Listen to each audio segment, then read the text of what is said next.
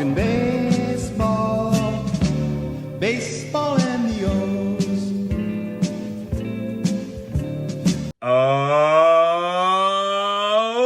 Welcome back, Birdland, to another episode of the Talkin Orioles Baseball Podcast. I'm, of course, your host, Benny Becker. Absolutely thrilled to be back with you, gang, here today. It's been a little bit since our last episode, nearly 2 weeks, gang, and I have been dying to get back on the air and talk to you guys about the O's and what's been going on with this team, with this franchise, and how we've been doing. There have been some ups, there's been some downs. Certainly, through 12 games since we've missed, a lot has happened, guys. You know, I went on vacation. If you heard last episode, we had a little vacation to the Outer Banks. We were supposed to do an episode from down there. In fact, almost had an episode with a Yankees fan live, but we decided to go against that. We were in a house with 10 children between the ages of 1 and 5, so it was very loud, very noisy the entire day, and certainly when they go to sleep, my loud voice would have woken them up. You know how excited I get talking about these birds, so I wouldn't have been able to help myself. I wouldn't have been able to stay quiet. It's a shame you didn't see the view. We had a beautiful, beautiful deck overlooking the ocean. I would have loved that as a backdrop to this episode, but neither here or there, guys. It is what it is, and we are back at it after vacation. See, I got a little bit of color. See, I got myself a bit of a tan going. That's about as good as it gets for my Irish and German and Eastern European self. Typically, I stay very pale or get very red. So, you know, somewhere in the middle, this is about as nice of a tan as Benny gets on the show. So we're going to do it a little different. I know usually we break down the individual games at least to a degree. We're not even going to do that at all. We're going to kind of just break down the 12 games as a whole, talk about each series a little bit, but not too much because we have an absolute ton to get to. Really, after we get past the most recent games, we're going to catch you up on kind of where the Orioles stand record-wise, division-wise, and kind of give you the optimistic view for sure. Now, I believe it's also the realistic view because I think these Orioles are in a tremendous, tremendous position to really continue dominating throughout this season. But it certainly hasn't been the best stretch as of late. So there could be some pessimism in Birdland. And certainly I feel like there's some urgency when it comes to additions to this team. That's certainly something we will get to later. We also want to talk about one of the big injury newses with Kyle Bradish. I know we kind of talked about it last episode and how we had a lot of pessimism and weren't very optimistic about where that would go. That pessimism kind of came to fruition since our last episode. So we'll catch you up on that, catch you up on a couple other of the injury newses between Dean Kramer, Danny Colomb, even Jackson Holliday found himself on the IL, unfortunately. Luckily, I think we avoided that being anything serious, but we'll touch on all of those guys. We're going to continue talking about a new Orioles record that they set. We know that they had the record with the sweepless streak going all the way back from last year to even before that. Now, the Orioles have been doing a lot of good things. We've talked multiple times about them basically setting records throughout this season. We know they had a certain amount of players with a certain amount of home runs through a certain amount of games. I believe it was like 5 players with 6+ home runs after 30 games or something like that. Something that teams do not ever do that these Orioles are accomplishing. We have another one focused around home runs, still active as I speak right now. But again, it's not going to be all positive in this episode. There are some negatives to touch on, such as the starting ERA since Kyle Bradish got his surgery. We also, though, want to touch on good points, stuff like Gunnar Henderson and the history that he is currently chasing throughout this tremendous season that could wind up with him winning an MVP potentially. Certainly, though, he should be one of the finalists if he continues down this path and on the pace that he is currently on. We brought back up Heston Kjerstad. We already had moved down Kyle Stowers. Probably Nick Mattoon is the next one to go, but we are going to kind of touch on not only the correlating moves, like is it Mattoon or could it be somebody else on this roster before it's announced tonight, but also just kind of the plan for Heston and where we see it working, where we see it going, because it's weird, but like that roster spot, whether it's Heston or Stowers, kind of feels like a dead roster spot at the moment for these Orioles. That's not necessarily a bad thing. Again, we will touch on that more and dig in depth with that once we get down that way. We also have the Yankees rivalry, which we know is always ignited, but it's kind of been reignited with this past series against the Evil Empire. A few things happened. It started to get a little chippy, it felt like. And these teams really are looking like that rivalry is living very well currently. It seems like these two teams don't necessarily like playing each other very much, as I would imagine. They're both very, very good teams, both making a push for this AL East title, and really potentially making the push more than anyone to win the AL when it's all said and done at the end of the year. So we'll talk about that and kind of what happened to reignite this rivalry, and I love to freaking see it. We also are going to be talking about how moves need to be made. I think it's safe to say at this point that moves have to be made.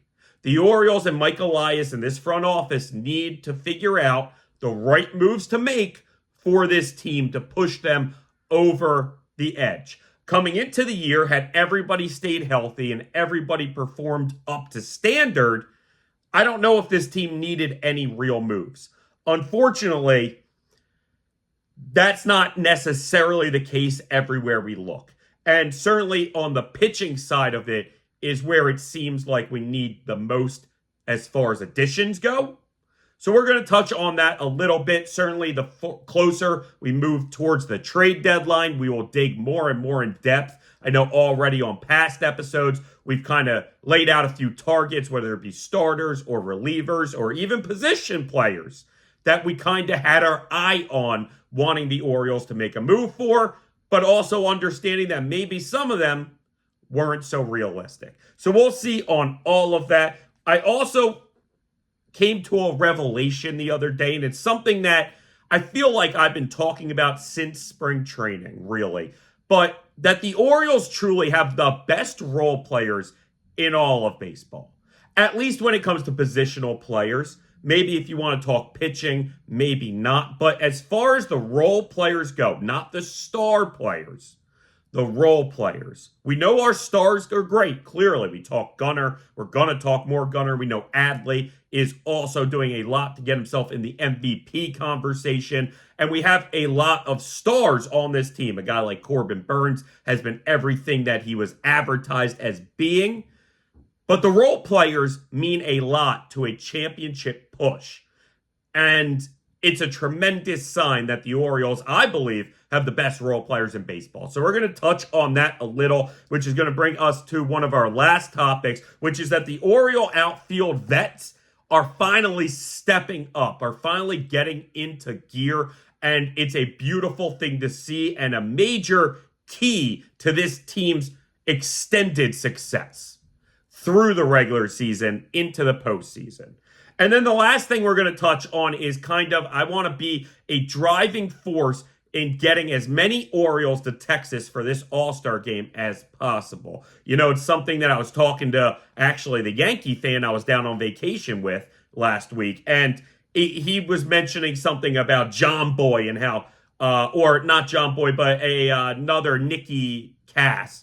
And how he's been this driving force in getting Yankees votes for the All-Star game. Well, I figured I would take it upon myself to make cases for the Orioles, guys. So we're going to at least keep you up to date on where the standings as far as All-Star votings go right now and how they stand.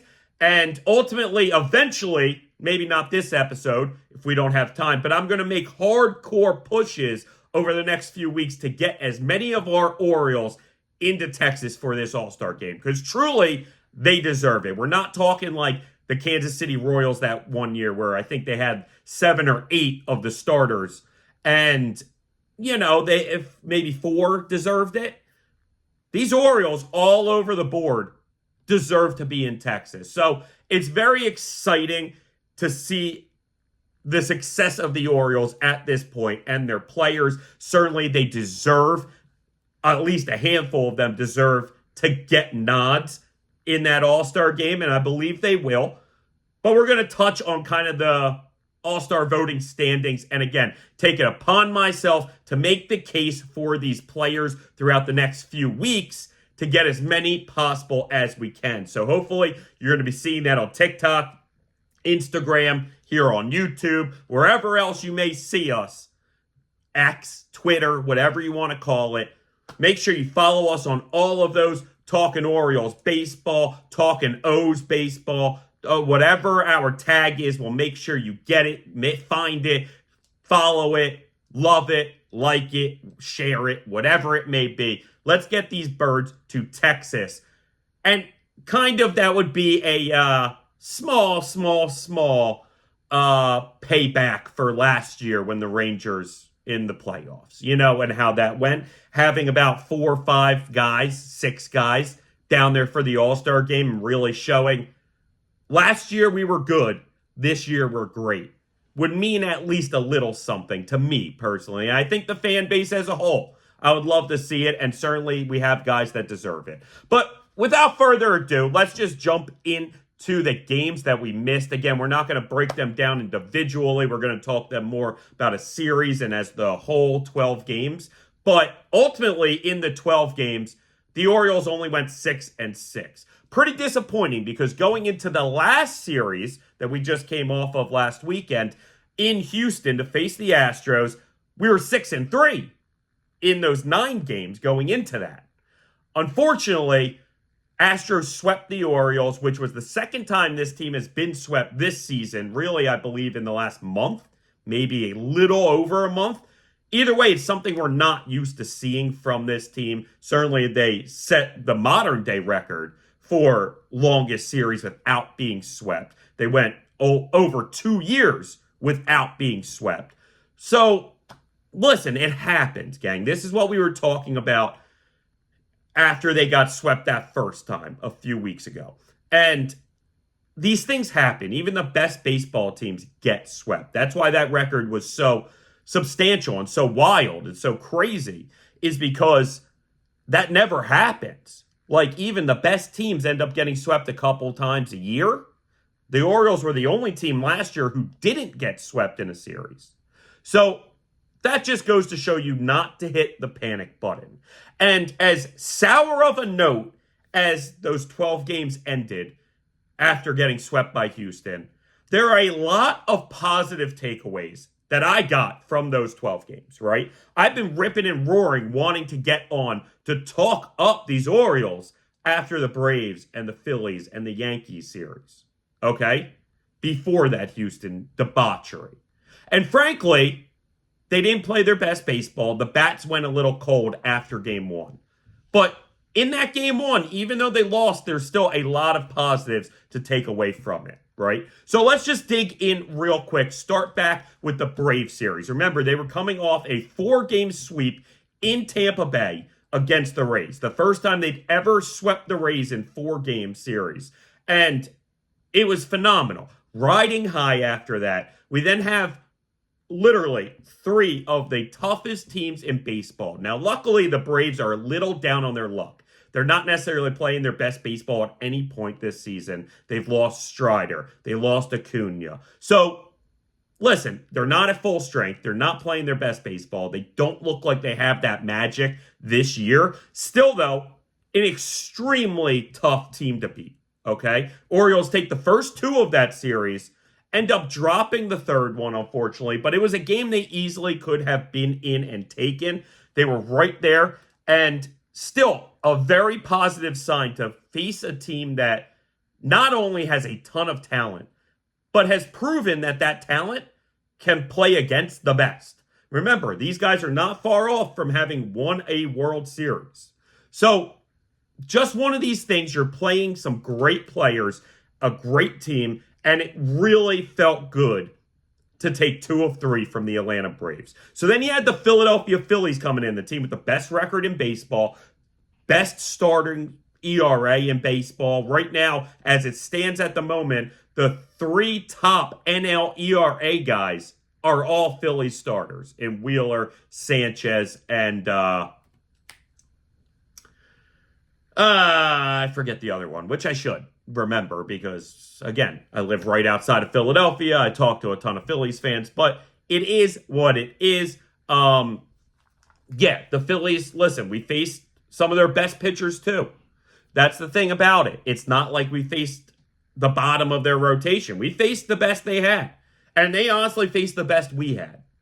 And it's unfortunate that Kyle Bradish got hurt in that game. And that he got hurt in that game 1 against the Phillies. Had to leave a little early, probably just an inning early, but had that discomfort. And it was very pessimistic how we felt in that moment, right? We felt that Kyle Bradish, it was bad. Like, I was very excited about it, but it just had a bad, ominous feel to it. And we'll talk about it in a little, but that ended up coming to fruition. So the Orioles dropped that first game, despite the fact that they could have won it. They were right there. It was right there for the taking, and they just couldn't get it done that night. They come back and stomp the Phillies out in those next 2 games on Saturday and Sunday to really take the series. And when I watched that series, the takeaway I had from that series, because again, I live right outside of Philly. So on Friday, I was at work talking to Phillies fans about it. On Saturday and Sunday, I was down the Outer Banks with mostly Philly fans. Everybody except that one Yankees fan and me are Philly fans in that house, and there were a lot of them. So pretty much I got to spend that vacation with all fans of the teams we were playing, right? And the takeaway I had, and really the takeaway they had, were how good of a team these Orioles are.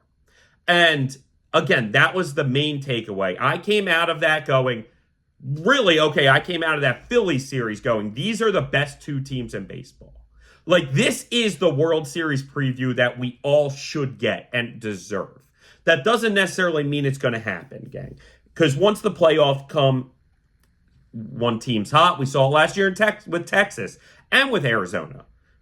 You know what I mean? Both those teams, neither of them were the best teams all season, but they really got hot at the right time, and they found themselves in the World Series. Last year wasn't the World Series we deserved. It wasn't the World Series we wanted. It was what it was, but this year I'm hoping that these 2 teams, the Phillies and the Orioles, find themselves in the World Series together, because those are the best 2 teams in baseball. I'm more confident in that than ever. Again, I don't watch anybody more than the Orioles, and then the second most is the Phillies, just because of proximity, and the Orioles because of my fandom, right? Now, but having said that, I watch a lot of random baseball throughout the season, and especially when it comes to the other 2 premier teams that I think make up the top 4, which is obviously Phillies, Yankees, Dodgers, Phillies, Orioles, Dodgers, and Yankees. I think that those are the clear-cut top 4. Each team has 2 great teams in them. And hopefully those are the AL and NLCS. And then we get a Phillies-Orioles World Series. I'm saying hopefully because 1, that's what my heart's hoping for. 2, it's what my bank account's hoping for. Because if that's the final 4 I get, and that's the final 2 I get, Benny's up a lot of bucks, put it that way. I'm buying myself every World Series ticket I can get my hands on. Or I'm buying a ticket to every game, put it that way. Whether it's Baltimore, whether it's Philly, I am going to every single World Series game if that was the Final 4 and that's the matchup we get. Just simply off of the bankroll that I will then have to purchase World Series tickets. Blindly. Okay? So, I'm excited Because, again, coming out of that Phillies series, it truly felt as though these really are the two best teams in baseball. All three games were very good games. Even the one where the Orioles blew them the frick out. I think it was the Sunday game. Absolutely torched them. Even that one, still, you saw remnants of how good the Phillies are. And certainly, you saw how great the Orioles are. And again, when we come away with all four in Tampa, when we come away with 2 of 3 against Atlanta, 2 of 3 against the Phillies, I'm making the case that we're the best team in baseball. And I'm making that case before that Yankees series, right? We're going into New York, going into the Evil Empire. We've taken 3 of 4 from them earlier this year in Baltimore. They're pissed off. They're playing good baseball. They're feeling themselves. We're feeling ourselves too, and we're playing good baseball. But still, you know that they want to get it. And it's especially tough when you know Garrett Cole's coming back for that series. You're like, not only does then we have to face Garrett Cole, even if he's on a pitch limit, but then, I mean, at the end of the day, gang, we're just like, we're facing a team that's getting this jolt of momentum at that exact time. Okay, so the Yankees were gearing up for that series. Make no ifs, ands, or buts about it. And we dropped that game 1 again to the Yankees, just like we did to the Phillies.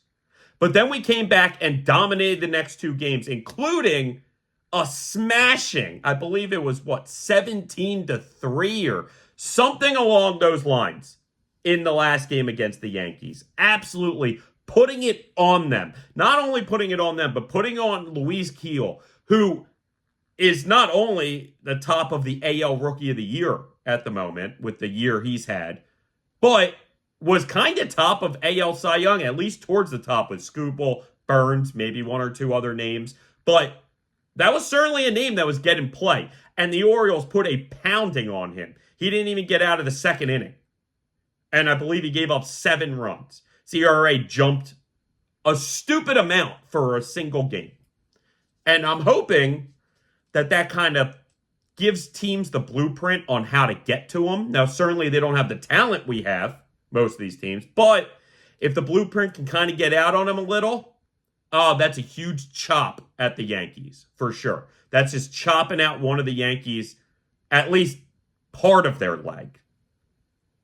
All I'm saying is, you feel great when you take 2 of 3 from the Yankees after that. You're riding high as an Orioles fan. You get it down to, I think, a half of a game in the standings after that series against the Yankees. And again, just looking at these teams that the Orioles have beaten. And don't forget, these are essentially almost all without an off day. There's only been 1 off day in all of June for the Orioles. They only have 1, and they already had it. So the Orioles have had this brutally, brutally tough schedule. It's something we talked about dating all the way back to spring training when we did the schedule look ahead. And it was something we talked about in the sense of this was truly the real test. And not only was it the test, but if you can survive with even a slight winning record in this month of June, you're setting yourself up for a tremendous record and potentially the best team in the American League at that point. Because the beginning was easy and we took care of it. 24 of the first 36, exactly what we wanted. And the final 27, remember, is pretty easy too. And I had set that, let's say, at approximately 17-10 I wanted them to win in that final 27. And even that is not like by a stretch. Like, it's not, looking at the schedule in the final 27, it's not crazy to say 17-10. Hell, you can make the record of 30-7 or 20-7, excuse me. So, just one of these things to remember to keep an eye on when it comes to the overall record, right? You don't always have to be winning an insane amount of every games. Okay? Certainly, it's 6-6 in those 12 games against the Braves, Phillies, Yankees, and Houston isn't ideal. But our last episode, we were literally talking about against the Braves and Phillies, we just need to win one of those 6. We could have gone 1-5 in those, and I would have felt all right. We went 4-2. Then against the Yankees, I would have probably told you, hey, let's just win one of those three again. We could go 1-5 against the Braves and Phillies, 1-2 against the Yankees. And would I be feeling great? No. I'm not going to sit here and tell you if after those three series the Orioles were 2-7. I'd be like, oh yeah, all dandy. No, I would be losing my shoot. I would be out of my mind crazy. Okay? But that doesn't mean that the Orioles wouldn't still be in a very good position moving forward. Right? So, again, we took 2 of 3 from the Braves, 2 of 3 from the Phillies, 2 of 3 from the Yankees, and unfortunately then dropped all 3 in Houston. But when we look at that, right, I was a little scared of that Houston series. Now, if you looked at my gambling, you would be like, you didn't look scared. You max played the Orioles multiple times and got crushed on it. Yes, I did. But I was playing with winnings also, so, take your shots when you have them. When you have the bullets, you take your shots, right? But Houston's a team that, one, they have a lot of talent. They have the pedigree to get back into the winning season, right? They started off very poor. They started off a little goofy in their year, but they're starting to kind of put it together a little more. They, I believe, had won 2 straight, just 2, but still, they'd won the last 2 coming into that Orioles series. So, just one of these things where that AL West, when you look at it, this was something I was saying to my buddy JR last night, is the AL West right now is too bogus for these Astros not to make a run at it, right? If the Mariners right now were sitting at, 50 wins, let's say, and one of the best teams in baseball, then you could look at it and be like, they can't see necessarily the window to the division. So maybe they turn it on for the wild card, but even then, maybe some of these veterans more think, it's just not vibing this year, and then they don't make that run. But the AL West is very, very bogus. We know the A's, even though they've won more than people thought, still stink. We know the Angels, even though they started off a little hotter than people thought, still stink. I mean, the Mariners are good, but not great.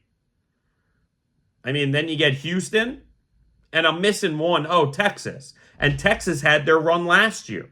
So while Texas also is a team that you can certainly see getting hot and kind of making a run towards the playoffs in this second half stretch, if you will, Houston's the team that also is going to do that.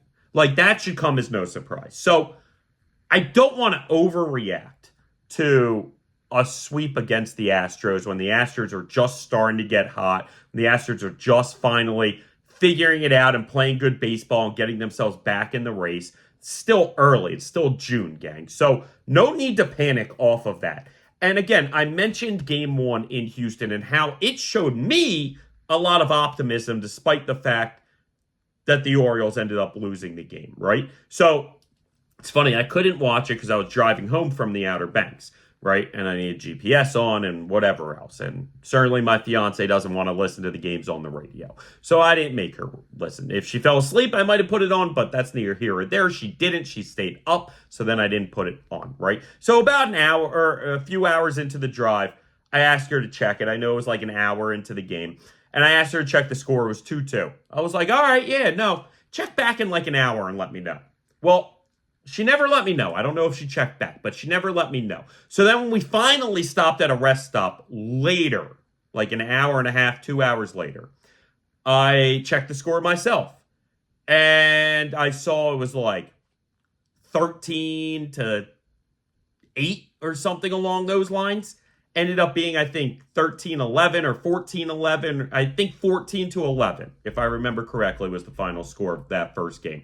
But it was one of these things, right, where the Orioles got themselves in this huge hole. Like, I believe the Astros put up 9 runs, and I believe it was the third, maybe fourth inning. Probably fourth inning, if I remember correctly. And it would be very easy, right, for this team coming off of the 4-game sweep in Tampa, coming off of taking 2 of 3 from the Braves, 2 of 3 from the Phillies, 2 of 3 from the Yankees, to then go to Houston and find themselves down 11-2 or 11-3, I believe it was at the time, and look at it and go, all right, let's not kill ourselves today. Like, this clearly isn't our day. We have 2 more games here. We won a ton of games in the past. We just cleaned up maybe the hardest stretch of teams that we're going to have all season, at least till the playoffs, maybe. Let's just pack it in today, gang. But that's not what the Orioles did. Orioles continued to fight and claw and scrape their way back into the game. I believe they had 8 runs in the 8th inning or 9 runs in the 8th inning, something along those lines. They even had the tying run in the on-deck circle at one point. Obviously didn't get to the plate, but ultimately, yes, it fell short, that comeback. And ultimately, they got swept. But let's call it what it is, gang. Like, the fact that the Orioles don't quit in that game just shows you this team literally never gives up on a game. You have every right to give up on that game at that point. Just look at it and be like, oh, God. They're up how many at this point? We've won how many of the past games? Let's see, 4, 6, 8, 10 of the past 13 games against 3 at least of the hardest teams in the league, and the team that you were racing last year for the division that, yeah, is in a down year, but still not terrible, still a tough team in their park. You would have every right as a player, veteran, rookie, whatever it may be, to look at that and go, all right, let's pack it in tonight. Let's not kill ourselves. And maybe, had they done that in hindsight, they might have won one of those last 2 games. Because maybe they did exert more energy than needed. Maybe they did kill themselves. But you can't look at that in the moment. Can't think about it that way. Heck, I would argue even it's possible the other way. Like, if you just give up on it, it's hard to turn it back on. But if you were turned on that whole game, then coming the next day, you're just still on it. You're still focused. You're still right there. Gave you confidence putting up that many runs despite the fact that you lost. Sucks. But also the Orioles got shut down by 2 of the Astros aces, in Blanco and Valdez. And Valdez, despite the fact that he's been a little up and down this season, looked like his old Cy Young type self when we faced him on Sunday. So it sucks. What can you do? It is what it is, gang. But remember what the Orioles did last time they got swept? They came back and they got right back to winning in bunches. So don't be surprised if this kind of snaps them back into reality a little. Kind of gets them out of the daydream that was sweeping the Rays, winning against the Braves, winning against the Phillies, winning against the Yankees. Maybe it's a positive thing to get swept in Houston. Maybe at the end of the year when we look back on it, just like I said about the first sweep, maybe that would jolt them back to life because it seemed like it did. Well, maybe we're going to look at this other sweep and go, wow, that was really the moment where they took that next jump, man. Where they really harnessed it back in. Where they really made this crazy run. I don't know. What I do know is that the Orioles still in June after that sweep have a 13-9 record. Now, they still have games to go. I know at least 7 games. I believe that's the remaining games in June. All without an off day again, starting tonight in just a few hours. But overall, gang, again, you just have to be slightly above 500 in that June to really vault yourself to the next level. Because again, this is going to be repetitive if you've been listening to me every episode since day one. But when we look at the schedule, again, the first 36, I said they need to go 24-12. They did, exactly. Final 27, I said I wanted them to go 17-10. I thought that was more than realistic. We'll see what happens, but it's still very realistic. Then you had a middle 99. where I said if they only go 50-49, one game over 500 in that 99-game stretch in the middle, they would wind up finishing with about 92 wins, I think it was. Gang, it's okay if we have 1 month. Like, we're 13-9 in June right now. 7 games to play. Let's make that 16-13. Or, excuse me. Yeah. 16-13. That's well better than one game over 500 in that June stretch. That is the literally hardest stretch for the Orioles all season, with 13 straight games, 17 straight games, 13 straight games, with only one off day in between all of those. Like, the hardest, and not only that, but opponent-wise has been the hardest. The Orioles can get out of this June, win maybe even 3 of the next 7. Again, not even a winning record in those 7 games to come. They still have a winning record in June by a few games. And they've set themselves up to easily get into the mid-90s, if not hundreds, when it comes to win total. And that's what they're projected right now. They're on pace for 103 wins at the moment. So let's not say that I'm out of my mind, because this is exactly what I was pitching coming into the year. Yeah, I set that parameter to get to the 91, 92 wins, whatever it was. But I also said, hey, like, they could easily not only hit 101 again this year, but surpass that. I was saying, they have a very good chance to be the best team in baseball. I was giving it out as a gambling pick on our gambling episode at plus 2,000. I know it's at a lower number now. I still don't think they're the favorite by any means, but I think it's more like 1,200 now, getting a little more than half of what you could have gotten before the season. That just shows you the Orioles are doing everything they need to set themselves up to be the top seed in the AL once again. All right. So overall, out of those 4 series, again, they went 6-6, but I'm extremely optimistic with that 6-6. That's about as optimistic of a 6-6 as you can have in a 12-game stretch, I feel like. Truly.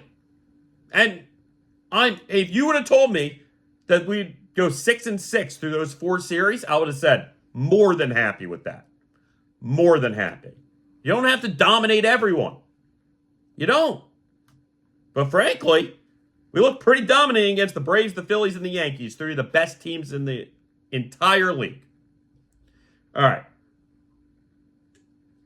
So where do the Orioles stand now? Right? Where are we looking? Well, we're sitting at 49-28, 21 games above 500. Unbelievably solid record. Like I said, on pace for 103 wins. Still a game and a half behind the Yankees, but the Yankees really haven't been playing good baseball either. We took 2 of 3 from them. But even though we lost all 3 in Houston, the Yankees lost 2 of the 3 to the Braves at home during that span. So, still sitting 1.5 games behind the Yankees. And the Orioles' 24 wins against teams above 500 is the most in Major League Baseball. I didn't go through the percentages this time like I did last time, but just looking at the wins, it's impressive, man. This team comes to play against the best teams in baseball. They truly do. Their run differential is plus 111, best in the American League, and 3rd best in all of Major League Baseball. So it's a team that not only has been able to score runs in bunches, which is something we said was coming, gang. These big innings, these 3, 4, 7, 8-run innings, we said was coming. We've been getting them more often now that it's heating up a little. And the team's bats are at least mostly heating up a little as well. Now, the overall takeaway, though, to me, and this is something I had just talked about, but the Orioles proved that they are one of the best teams in the MLB. Truly. You're going up against the best of the best. And outside of that Houston series, won all of the series.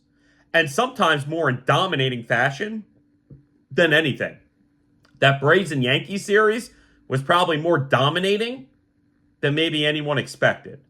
The Phillies was really close, but even so, still came out with a series win and kind of looked a little dominating in those games 2 and 3 and was right there in game 1. So the Orioles, gang, we got a great team on our hands. It is absolutely loaded. And as confident as I've been this whole season about this team winning the American League pennant, I don't know if I've ever been more confident than after those 12 games, than right here, right now, in this team. Truly. Now, it's not all sunshine and rainbows, gang. I know one of the things we had been talking about the past few episodes was how amazing it was to have these top 3 aces in our starting rotation. And I know we talked in one of the last episodes about how dominant Kyle Bradish had been. In fact, he was the hardest guy to square up. The hardest pitcher in baseball to square up this season was Kyle Bradish, as far as qualified pitchers went. Unfortunately, like we said, he went down in that Phillies game 1. It had a pessimistic feel to it. And ultimately, he's already gotten Tommy John surgery and is done for the year. It sucks. It does. Like, there's no mincing the words. There's no, yeah, but this, yeah, but that. No, like, it sucks, gang. Kyle Bradish was a huge piece of this team. And in day 1 of camp, we heard about the injury to the elbow, and we were terrified. And everything we heard was optimistic and positive.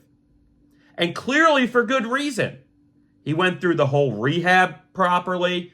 He got back pitching not only well, but again, as pretty much unhittable as anybody in the league as far as hitting a ball squarely, which frankly results in hits and home runs.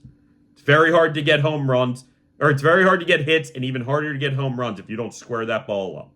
And I believe his percentage was 14%. And he didn't look great in that Philly game, but he didn't look bad either.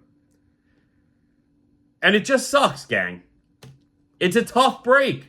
It's a tough break from a team that kind of has been getting that feel a bit. We know we lost guys earlier. We know we lost Means. We know we lost Wells. We know we had Batista already lost for the season. It sucks. And I'm not going to diminish the loss of Kyle Bradish. I'm not. Like, I'm truly devastated and crushed about it. And I believe that, this recurring injury theme could wind up costing us this season. Like, if I'm just being realistic, gang, like, the idea that we're just getting bit by this injury bug, especially on the pitching side, like, it's one of these problems that could wind up killing our season. And that's why, as we'll talk about later, moves have to be made eventually. We have to make a move or two. And I'm hoping that it's the right move. We'll see about that. But it sucks Kyle's done for the year. I'm hoping Bradish is back, at worst around this time next year. Maybe they hold him off till the All-Star break even. Still, I'm very confident in where we will be as a pitching staff at that point next year for at least the first half of the season. And then if we can get Bradish back into the mix, who knows? Maybe he'll be ready earlier. Maybe he'll be ready by spring or early May. Something along those lines. So we'll have to see how that progresses. It's sad, but just like John Means, right? When we got the news on that first day of camp, we had to live with the reality that there was no guarantee that we were going to get any production out of Kyle Bradish this season. So even having him for whatever it was, a dozen starts, let's say, that can still help a team in its push for a pennant and a World Series. And unfortunately, that's all we're going to get out of him this season. And I hope that was enough of a contribution to make that extra push for the Orioles, or make one more of those extra pushes for the Orioles. We got more from Bradish than we did from Means, which is something that we expected. But we didn't necessarily count on either of those being around all season. We didn't necessarily know that they were going to be around at any point this season. So ultimately, it sucks, gang. But the show must go on. And we have plenty of talent out there. And we have still a lot of things that make you be optimistic about what's to come, even without those guys. Now, another pitcher, starter for us, that had been having a good season, not outstanding, but certainly good enough for us to be contributing positively, was Dean Kramer. And Kramer got hurt with that tricep strain, and again, everything we kind of heard has been positive. We've been seeing him in the dugout, even on the road trips, I believe. And Kramer is going into his second rehab start. So hopefully he'll be back by next week. That's what I'm expecting. And at that point, at least that's one more consistently solid arm that we can have in this rotation. Now, I don't know at that point whether they drop down Povich. They might move Suarez back to the bullpen because, listen, that was a move that we talked about being necessary at the moment because of the injuries. But ultimately, feeling that Suarez offered something better to this team in the bullpen than in the rotation, it's seeming like that's coming to fruition. There's a bit of a pumpkining, turning back to a pumpkin feel to Albert Suarez, but I'm not quite there yet in a grand scheme of it. I might just be there as far as him being that consistent starter for us and being like, okay, I trust him more just for an inning or two out of the pen in a high leverage spot mid-game. Hell, potentially even closing some games. I'm still on board as that being a possibility. I'm hoping that's the route the Orioles take when Kramer does come back and they decide to keep Povich in the rotation, who hasn't had the best strikeout stuff by any means. And we didn't necessarily expect him to have the most strikeout stuff, but maybe a little better than what we were seeing. Certainly, we expected maybe a little better control on his pitches. It seems like sometimes his control gets a little wonky and gets a little out there. And then at that point, you start wondering, is he in over his head a little bit? He's not getting the strikeouts maybe he's used to. He's not then having the control he's used to. And you're waiting to just see it all come together. However, he has been having decent starts. Hopefully tonight he has a really good start against the Indians back in Camden Yards. And, the Guardians. They'll always be the Indians to me. I'm sorry. Until I'm signed on to be the official podcast of the Baltimore Orioles or on another premium channel that monitors that stuff, I will probably continue to call them the Indians. Just because, to me, they are. Neither here or there. Little off topic.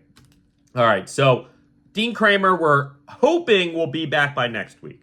Continue positive rehab starts and just get himself back into the mix, back into this rotation. And I'm hoping they keep Povich up there instead of Suarez. Now, Danny Colomé went to the IL with an arm injury, like an elbow thing. And obviously that was very nerve-wracking. Now, the Orioles and Colomé have made it very clear it's not what you're thinking. Meaning, it's not Tommy John. That's not going to be necessary. I think it was like some bone fragments or something along those lines. I'm sure he's gotten it cleaned up. Unfortunately, he's probably going to be out for at least a month or two. So, I'm thinking maybe August Danny Colomé comes back. Maybe that's best case scenario. I do believe that he will be back. Everything I read, everything I hear is very optimistic and positive about getting our number one lefty in the pen back at some point for the playoffs, which maybe is fine. Don't burn out Colomé. So in the playoffs, you can really rely on him heavy when you need him because he is our most consistent lefty out of the pen. And it's really good to hear that he's not going to need Tommy John. and most likely will be back this season. Another minor injury note is Jackson Holliday had himself a little elbow injury. This one's a little more, I think, precautionary than anything. I think it's just something a lot of younger minor leaguers have. You know, you're not necessarily used to playing this much baseball over the course of this first year or two as a professional. So I think, he's just, I forget exactly the saying they had, but essentially just threw out his elbow a little bit. And so they're going to give him at least a week or two, maybe even 3 or 4 weeks break.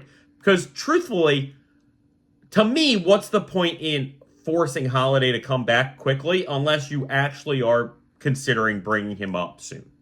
And I don't see the way Mateo and now Urias is hitting really a reason to bring up Jackson Holliday at this point. I don't. I'd rather give Connor Norby another shot if that's the positional need we need. Truthfully. At least for this year. I think by this time next year, Jackson Holliday is an established major league player. We'll see about star or not at that point. Who knows? But I truly believe at this point next year, all of this Holliday negative season stuff is going to go out the window. We know he's done great in AAA. Even since he got back, he's really found himself. So it kind of sucks because we had talked about his mechanics finally getting back into the swing of it. That even when he was successful earlier on, he didn't necessarily feel mechanically sound. And so he retooled things a little here and there, which you got to do some tweaking here and there during the season. And he said he really found a good spot. So it kind of sucks that, he's got a little elbow thing going on. But the Orioles do not seem worried about it at all. It doesn't even seem like he's going to need any sort of surgery or anything for it. Certainly will keep you monitored with that because that's something that you never know could wind up not progressing the way the Orioles are hoping. I'm hoping that's not the case. Obviously, I'm hoping for nothing but positive things, especially health-wise, from Jackson Holliday and all these guys. So we'll see. Now, keep it moving forward. The Orioles are setting records. We know they've done that multiple times, whether it's the sweep list streak, whether it was the amount of guys hitting home runs in a certain amount of games. We talked about that earlier. Now, the one they have going on now is also home run centric. It's 22 straight games with at least one home run. The longest in franchise history. I'm not sure where it ranks historically. I think it's like top 6 or 8 or something like that. I believe they're about 10 away, give or take, from the record. And correct me if I'm wrong, but I believe the Yankees hold that record. I think that maybe is 35 games, 34 games, something along those lines. But we'll see. Hopefully the Orioles can keep hitting dingers. The only reason it's alive is because the last 2 games when the Orioles offense was stymied by Houston, Jordan Westburg each day found himself a solo home run to keep that streak not only get to the franchise record at 21, but keep it going at 22. So we'll see how much that continues. Still, it's a great sign because the Orioles certainly are a home run-centric team. Now, they offer a lot of other stuff. They offer extra base hits. They offer stolen bases. They're obviously great defensively. And they offer some good pitching, too. And frankly, average-wise, they tend to hit pretty well for the most part across the board. But home runs-wise, this team is certainly on an unbelievable pace. In fact, they might be on pace right now to set the major league record for home runs by a team. If not, they're very, very close and certainly could find themselves at the top of that list when it's all said and done. We know that we talked earlier about this team being the kings of 3 or more home runs, right? New Earl Weaver philosophy, where it's fundamentals, pitching, fundamentals, and 3+ home runs instead of a 3-run home run. Well, make sure you get at least 1 home run, and you got a good chance at winning a lot of games. I believe that, truly.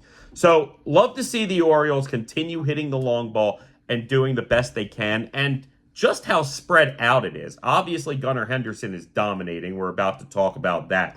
But really all across the board, we are getting power from almost every single position player out there. And it's a beautiful thing to see.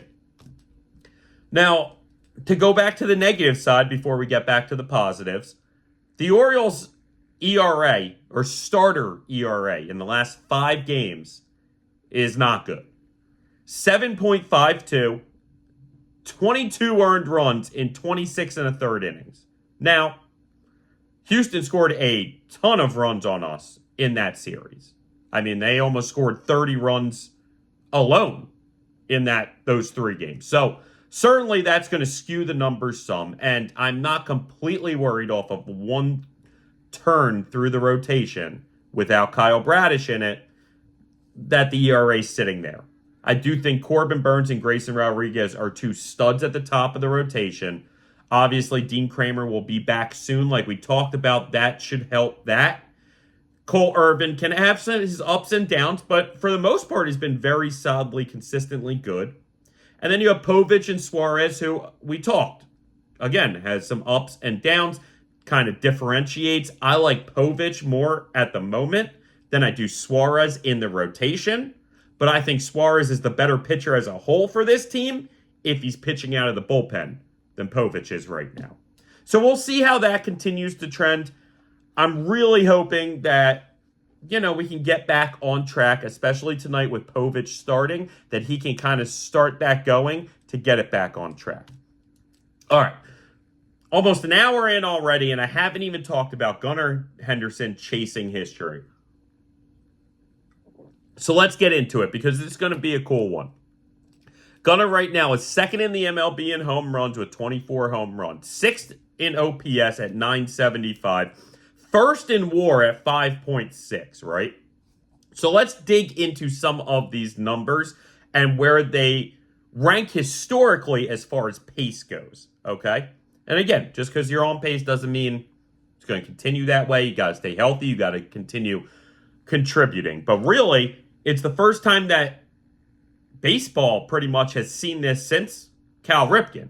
Don't forget, Gunnar Henderson won AL Rookie of the Year last year unanimously and is at least in the voting for MVP right now, if not having a real chance at winning it over Judge and Soto. The last guy to do that, at least the last guy for us to do that, if not in general, was this guy, Cal Ripken. Okay, Cal won the AL Rookie of the Year, came back the next year, won his first of 2 MVPs. I believe 2 MVPs. Now, as far as shortstops go with home runs, only 4 shortstops ever have had 40-plus home run seasons. Only 4 ever. 40-plus. Only 1 ever has done it 50-plus. Now, he did it twice, A-Rod. But Gunnar right now is on pace for exactly 50. So if he can stay on pace and hit that 50, he'll be the first or the second shortstop ever to do that. Either way, he should absolutely, at this point, be able to continue his pace enough to get to 40, at least we hope, making him what would be the 5th shortstop ever to accomplish that. Now, 70 of Gunnar's 76 starts this year have come in the lead-off spot, okay? So stick with me.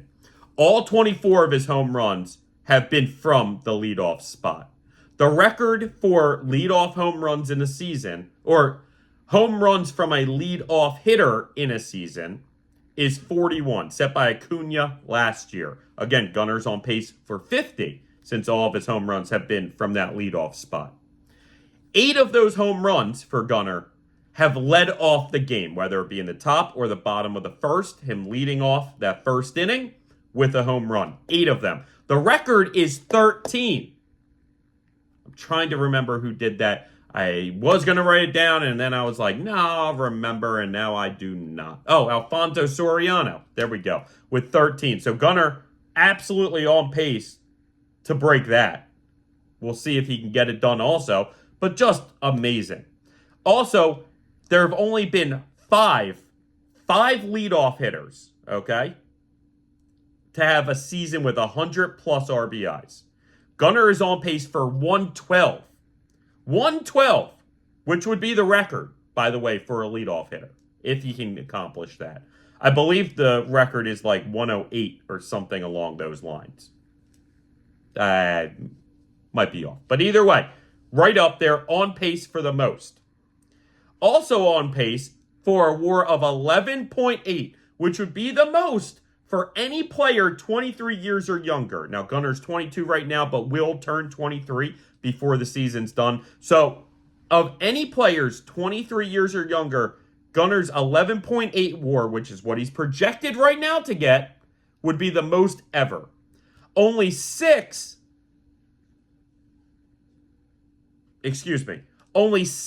players ever have gotten it 10 plus at 23 or younger. None of which have gotten 11 plus. So he's on pace for 11.8. Out of guys 23 years or younger, only 6 have had a WAR of 10 plus, one of which was Cal Ripken, by the way, and none have had 11. So he could not even keep up the full pace and still be the first player ever to have a WAR of 11 plus at 23 years or younger. Also, when it comes to positional players, only 12 positional players have had a season with a WAR of 11 plus. Again, he's on pace for 11.8. The last one was Barry Bonds in 01-02. And the one before him? You got it. Cal Ripken in his second MVP season. This is the type of history that we are watching, gang. Not only from a player 23 years or younger, not only from a shortstop, but not only from a leadoff hitter, but everything combined, gang. It's unbelievable. It's kind of adding on to some of the stats we were talking about in one of our last episodes about Gunnar. It's just tremendous. And listen, I'm knocking on wood that he can keep this going, gang, but it is amazing what this young kid has done. And the idea that he might actually win MVP this year if he can keep this going. I mean, if he's setting these records for WAR, if he's the first guy to have a WAR of 11 plus as a positional player since Bonds, I don't see how Judge or Soto can beat him. I don't. I don't. All right, so let's talk about another young Orioles prospect and a guy that hopefully one day can get himself maybe in some of these MVP talks, but certainly won't be this year. And that's Heston Kjerstad, who's coming up now for the third time in his now professional career to the majors. We know last year he had a little run, made the playoff roster, didn't get any playing time in the playoffs, but still made the club. And then this year he got on the club at some point, and then they dropped him back down, and Kyle Stowers was kind of taking that position. I liked what Stowers showed. I thought Stowers was very good. In fact, the only reason really the Orioles moved Stowers down at the time was because they needed an extra infielder. Jordan Westburg had something with his hip after the collision in New York, or against New York, and we'll talk about that. And so the Orioles needed another infielder, so they brought up Mattoon. I don't even think Mattoon got any run. If he did, it wasn't impressive. He's the most likely guy to get sent down for Heston. The Orioles should be announcing that move any moment, but they haven't as of yet, so not quite sure. Assuming it's Nick Mattoon, that's not crazy, right? And Heston gets this chance again to be kind of this pinch hitter and get some playing time when need be. But it's kind of this dead spot on the roster right now. And that's not necessarily a bad thing, like I said in the beginning of the episode, because it really just shows you how good the Orioles have it, how talented and how great some of these guys are playing, that there's just no real room to get you consistent playing time. And I think Heston is, one, going to need to really perform to find himself more playing time, or two, just get kind of lucky with some playing time opening up.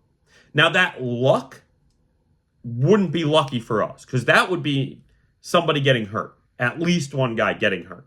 And we don't want that, truly. So it's like the last thing we need. All right, so Heston gets another chance. We'll see who goes down. There's always the chance, and I hate to see this, and I don't think this is going to happen, but that Colton Cowser could be the casualty. Because really the past couple months, he's been struggling hardcore.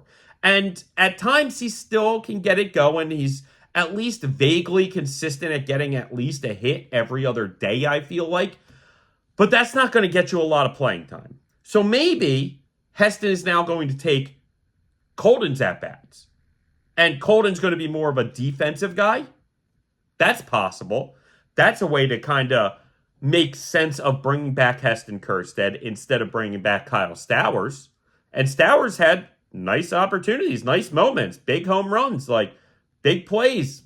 Stowers was looking solid. So Heston's really going to have to do a lot in some minimum time, at least in the beginning, to earn himself that playing time. Ultimately, nothing will be handed to him, just like anyone else. The team is too good. And ultimately, I think this is another move as we approach the trade deadline to kind of get a vibe on, do we go out and make a move for another utility guy, for another backup veteran guy that maybe we trust more than Heston or Stowers or even Kowser? It's possible. So we'll see what happens with Heston. I'm excited. I think that Heston, one of these times, whether it's this one or one of the ones in the future, is just going to click and get hot. I know there's been some talks about how if Heston comes out and isn't playing great again, maybe just average like we've seen, but nothing spectacular, then maybe that's somewhat the nail in the coffin to allow Mike Elias to trade him. I still highly doubt that any of the top 5 or 6 prospects are getting moved, okay? And those names would be Heston Kjerstad, Connor Norby, Kobe Mayo, Sam Basallo, Jackson Holiday, and Cade Povich. So any of those I don't really see being moved, but certainly we'll see what happens with Heston back up in the majors. Now, we talked about this Yankees rivalry getting reignited, and it really has been. It was getting chippy in that series. You had a little collision with Jordan Westburg. That's what caused a little hip injury at the moment. You had Adley Rutschman getting a bloody nose when he tried to get picked off, or they tried to pick him off at second base. You saw the Orioles hitting Aaron Judge, whether it was intentional or not.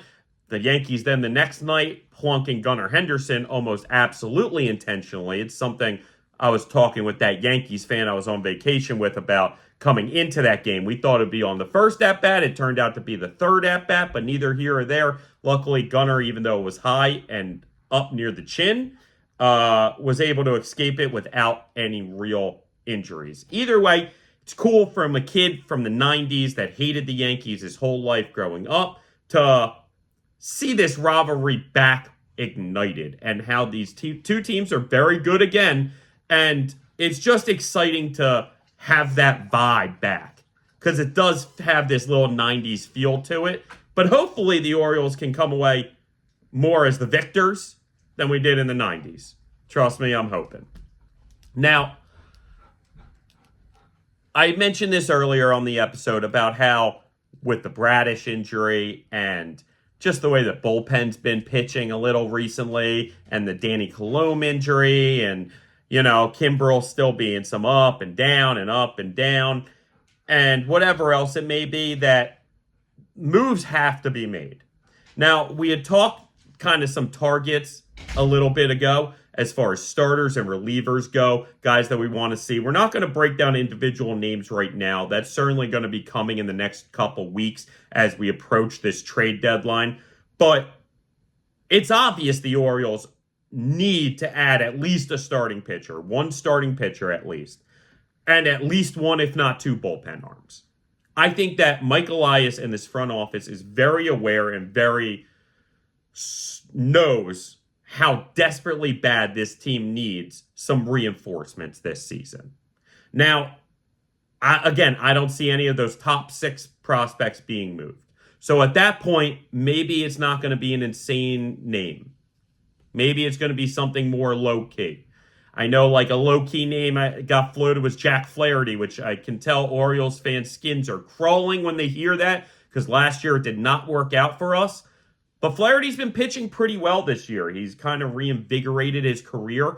And so if you can get him on the cheap or a guy similar on the cheap, it somewhat makes sense to me to have that be the move. But just like last year when the playoffs came and Flaherty was really the only guy we brought in, it was clear it wasn't enough. And I'm worried that that might be the case if we try and find that middle ground into, let's not move even one of those secondary prospects. Forget those top 6 guys, the secondary tier. If we don't want to move any of those guys, well, now what are we really expecting to get? So that's what I'm worried about. But either way, I think it's very obvious that moves are going to have to be made. But Michael Elias stays patient, and I'm just hoping that him and the scouting department can find the right players to piece in here to take them to that next level. And there's certainly names out there. As we move closer to the trade deadline, we will be talking more about that. Now, one of the most optimistic things about this team, and something I've talked about for a while, is the role players. And truly, coming off of those Braves, Phillies, Yankees series, I can honestly say I feel like we have the best role players in baseball. Take out the stars. When you start looking around the role players, secondary role players, the Jordan Westberg, even though you could call him a star now, any one of the outfielders, the Mullins, Santander, Hayes, like you even want to talk third tier depth and role players, the Mateos, the Uriases, the McCanns, especially offensively. These Orioles are so deep when it comes to talent and the role players being very, very, very good compared to any other of these teams' role players. I mean, most of these other teams, you have guys batting 160, 180, 210, and like struggling to do that. Certainly, listen, you could have looked at Mullins before he got hot, or Hayes before he got hot, Santander, or a handful of these guys, Urias, before they got hot, right? And say, they're average. But even so, they were still providing more than the other crappy role players on the other teams. And now they're getting very hot, which leads me to my next topic, which is how the outfield vets are really stepping up for the Orioles. They're finally coming into their own. Mullins in the last 12 games is hitting .333, extra base hits, had a home run the other day, stealing some bags, really starting to come alive and look like the old Cedric Mullins from a few years ago, right? The guy that went 30 for 30. Then you have Santander, who leads the majors in June home runs, has an OPS of over 1,000 this month, and is one of these guys like Kyle Schwarber for the Phillies that once June hits and it starts getting hot, he starts getting hot. And it's very, very exciting to see Santander really being that power bat and consistently hitting for this team. And then you got Austin Hayes, whose OPS in June is not only over 1,000, 1.161. Phenomenally hot from Austin Hayes. And that's something we told you was coming. We felt that Austin Hayes getting hot was coming. So we're not surprised with that. But it's great to see this starting outfield that we thought would be here finally performing like the starting outfield we knew they could be.